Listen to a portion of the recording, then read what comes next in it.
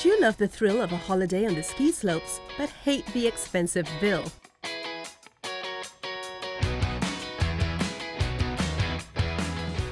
Meet Singaporean Vivian Khoo. She's been on over 20 ski trips in the last 8 years, and she did it without breaking the bank. Her number one strategy is to book smart.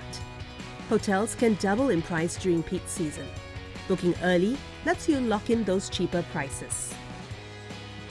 So the cheapest trip that I've done that was under 3K for 8 days cost 3K, and it's because I booked a year in advance. And this cover accommodations, this cover 3 different ski resorts where we traveled to the different states. So because this year I booked late, I can realize that instead of paying less than 3K, like the last time I did, I'm paying about close to 4.5K this year. So from 3K to 4.5K is quite a significant, it's like 50% increment, right?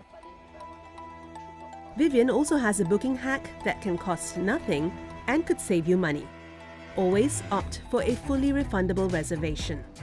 That way, you have the flexibility to cancel and rebook if a cheaper option pops up.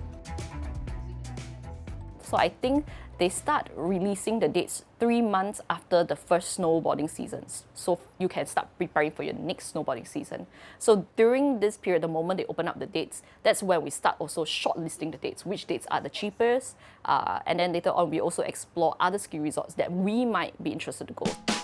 But it's not always about the cheapest price. Vivian says the convenience of ski-in, ski-out accommodation can be priceless.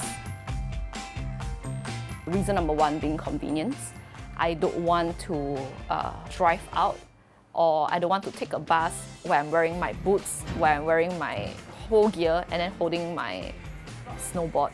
And 2 is that, let's say I'm going as a group, people don't have to follow my timing. I want to be waking up at 8 a.m. to be the first person to touch the first snow. Then ski-in, ski-out works out best in terms of a group trip.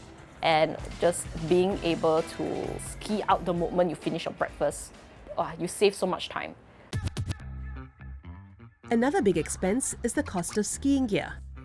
It can cost over $120 a day to rent the equipment you need. After 8 days, that's the same cost as buying the gear outright. For a frequent skier like Vivian, it's more cost-effective to have her own equipment. But first-timers should probably rent first to see if it's a good investment for them. You can also save money by exploring out-of-season options. You can also choose to go places in Tokyo that you can go to the ski or snowboard shops. They have this entire ski snowboard street, and then you can actually just go there and then find like out of season or last season stuff where they normally will discount it. So these are things that will help you to also reduce the cost of your rentals. Getting yourself and all your gear to the mountains can also get costly. Public transport is less expensive, but Vivian feels it's not worth the inconvenience of struggling with bulky equipment. So she organizes group travel so that up to 10 people can split the cost of renting a van. Because again, with the car, you get other advantages like being able to explore off-road places for dinner, and you also get to enjoy the scenery along the drive at your own, you get to decide when you want to stop along the way. But there are some things that you shouldn't skimp on. I think the thing to understand is skiing and snowboarding is still an extreme sport.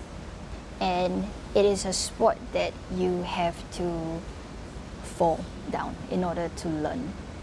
So travel insurance is compulsory when you go for a skiing and snowboarding trip.